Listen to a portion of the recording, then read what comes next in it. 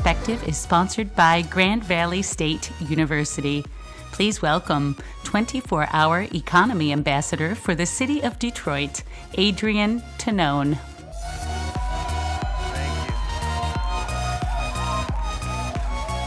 Good afternoon. I know the Department of Neighborhoods, thanks for the love, definitely. Thank you for the love.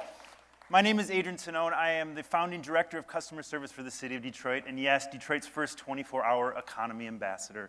You ask what that is, I get that every day, so it's a question definitely. But in order to take you forward, I have to take you back and talk about where this position came from. So as the director of customer service, which is the title I still hold today, I was going through every department. Think about this. This customer service touches every department. I grew up in the city as in film, music, and in entrepreneurship and hospitality. So naturally, we had lost our incentive for film. So I started looking at these departments and saying, how can we touch our creative economy? How can we make sure that Detroit continues to thrive in what we're known for?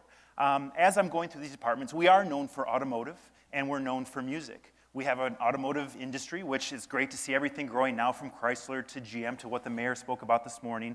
But music, 10 years ago in Detroit, making it in music was moving to LA, seriously. So we weren't able to retain our talent. So what we did is, where all these displaced artists were, where they were working in city departments. So as we're moving through city departments, they're like, I'm a filmmaker, I'm a producer, I'm a singer, I'm a songwriter. How can we help in order to entice films to come here and create community impact? So what we did is we created certain enticements, the DFI, Detroit Film Initiative, the DMI, Detroit Music Initiative, where we would streamline services and we would entice films and productions to come in a post-incentive environment. So with that, what happens is we would measure the community impact, we'd land a film or a festival, and we would say, how many Detroiters are you hiring? How many young men and women in the neighborhoods are you able to put on? And we had great numbers, and this became a conversation.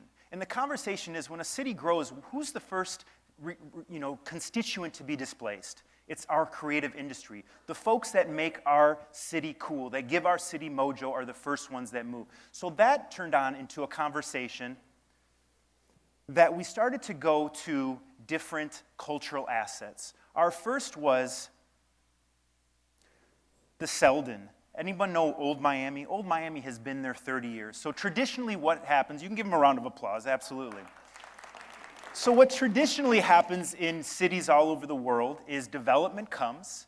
The developers aren't talking to the venue or the city, or possibly there's not this, everyone's working in silos possibly. And what happens is someone buys their $300,000 condo and says, I can't sleep at night. Well, the music, what's going on over here? What cities do, because they don't have mechanisms in place, is they end up closing that venue. So what we've been doing is going to these venues, putting the developer together, putting DPD, putting everyone in a room and saying, we're not going to displace this cultural asset. This cultural asset is hundreds of jobs for our community. It's been here 30 years. So we're trying to implement the mentality of, if you're the change agent, you have to adapt to what's already there. Very important. This way we continue, because developers know that that asset is what makes their development cool, why people want to move in. So proactively, we're trying to work with venues. A little bit later, we were called to Greektown. Greektown, as you all know, there were issues there. There were, people, I walked into a meeting and they said, this is a meeting to close the clubs and the venues in Greektown. There's too much chaos going on. And then we studied it and we looked at who's coming to Greektown. And it's Detroiters that never left, Detroiters that stayed. So we're going to say, this downtown is not for you. That's not going to happen on our watch. Because again, the number one principle is taking care of Detroiters that stayed, the 750. Now, is there irresponsibility? Did we pull 30 guns off the street? Did we do this? And yes, there were issues. But what was happening when we studied it is we went and we saw that you have your Greektown families, your kids, everyone that was enjoying Greektown traditionally, and then at 9:30, 10 o'clock, you'd have 1,800 clubgoers going in the same doors as they were coming out of. Partying, having a good time, bumping into your kids, your husbands, your wives, of course fights are going to start. So what we did, we started working with DPD, and Commander Hayes is here. If you would just stand up for a moment, would be great.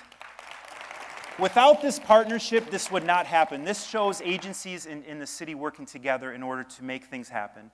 So with that, we went into neighborhoods that are already organically happening. So we talk about 24-hour economy. People are like, oh, the party is not here. It's not about the party. Think about a true 24-hour economy. When you go to Henry Ford Hospital, a doctor, a nurse, a janitor gets out at 5, 6 in the morning.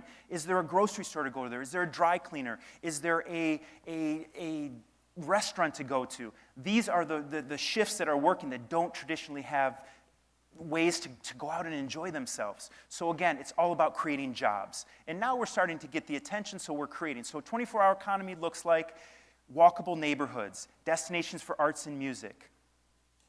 All the different things that I will just go over here because our time is running out, absolutely. But these are the obvious things that what would bring tourism, what brings our creative community to live, work, and play here sustainably and not to displace. The mayor walked in this morning to Cabinet and he said, if we were able to start with zero with government, would you displace, would you marginalize at-risk communities? Would you marginalize the neighborhoods? You wouldn't. You would not displace. You would look out for those that have been here before. This is a global conversation. I've been very fortunate to work all over the world in terms of talking about this and speaking on this and hearing other leaders speak about it. Those that have displaced their creative community are begging for them back.